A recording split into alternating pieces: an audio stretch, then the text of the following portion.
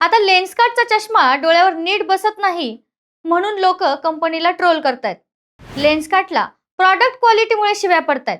आता विषय प्रॉडक्टचा होता तोपर्यंत ठीक होतं, पण लेन्सकार्टच्या स्टाईल गार्ड मधल्या 11व्या पानांचा एक फोटो व्हायरल झाला आणि त्या एका चुकीमुळे कंपनीची मार्केट व्हॅल्यू तब्बल 4500 कोटींनी घसरली. नेमकं काय आहे हे प्रकरण विस्तारानं पाहूयात. नमस्कार, मी मीनाक्षी आणि तुम्ही पाहताय डी कोड मराठी. सगळ्यात आधी वादाची सुरुवात कशी झाली ते समजून घेऊयात. तर सोशल मीडियावर लेन्सकार्टच्या स्टाईल गार्ड मधील 11व्या पानाचा एक स्क्रीनशॉट व्हायरल झाला. त्यानंतर लेखिका शेफाली वैद्य यांनी हा स्क्रीनशॉट शेअर करत एक खळबळजनक दावा केला. लेन्सकार्टच्या नियमानुसार कर्मचाऱ्यांना हिजाब घालण्याची परवानगी आहे, मात्र टिकली, टिळा लावण्याची किंवा हातात धागा बांधण्याची परवानगी नाही, असा त्यांचा दावा होता. त्यांनी त्यांच्या पोस्टमध्ये हे नियम अधिकृत आहेत याची मी खात्री केली आहे.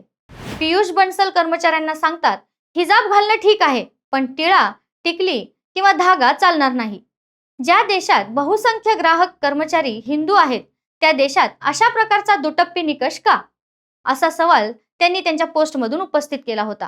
ही पोस्ट व्हायरल झाली, बराच वाद निर्माण झाला, अनेकांनी लेन्सकार्टला ट्रोल केलं. परिणाम असा झाला की या स्टाईल गार्ड मधल्या एका स्क्रीनशॉटमुळे लोकांची लेन्सकार्टवर नाराजी वाढली. जागोजागी लोक लेन्सकार्टमध्ये गेले, तिथं असलेल्या कर्मचाऱ्यांना टिळा लावून बाहेर पडले. लेन्सकार्टमधून घेतलेला चष्मा बाहेर येऊन लोक रागाने तोडून टाकत असल्याचे व्हिडिओ देखील व्हायरल झाले आहेत. अनेकांनी आपल्या घरातले लेन्सकार्टचे चष्मे फोडले, रस्त्यावर लोक उतरले. आता लेन्सकार्टची बदनामी झाली ते वेगळंच, पण यामुळे कंपनीला आर्थिक फटका बसलाय तो मोठा होता. या सगळ्या प्रकरणात लेन्सकार्टची मार्केट व्हॅल्यू तब्बल 4500नी घसरली. वाढता वाद आणि लोकांचा राग बघता लेन्सकार्टचे संस्थापक पियुष बन्सल यांना या सगळ्यावर माफी मागत स्पष्टीकरण द्यावं लागलं. त्यांनी ट्विटरवर पोस्ट करत त्यांची बाजू मांडली.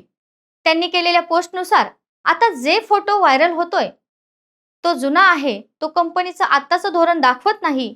कंपनीच्या सध्याच्या स्टाईल गार्डमध्ये धार्मिक स्वातंत्र्यावर कसलंही बंधन नाही. कर्मचारी टिळा, टिकली अभिमानाने लावू शकतात. आमचं धोरण आम्ही काळानुसार बदललं आहे. या सगळ्या प्रकरणानंतर कंपनीकडून ग्राहकांच्या भावना आणि सूचनांचा विचार करता एक नवीन नियमावली देखील जाहीर करण्यात आली, ज्यात लेन्सकार्टचं स्टोअर चालवणाऱ्या कर्मचाऱ्यांनी त्यांच्या श्रद्धा आणि मान्यता पाळण्याबाबतचा आमचा आक्षेप नसल्याचं कंपनीनं स्पष्ट केलंय. तुम्हाला या प्रकरणाबद्दल काय वाटतं ते कमेंटमध्ये सांगा आणि डी कोड मराठीला सबस्क्राईब करायला विसरू नका.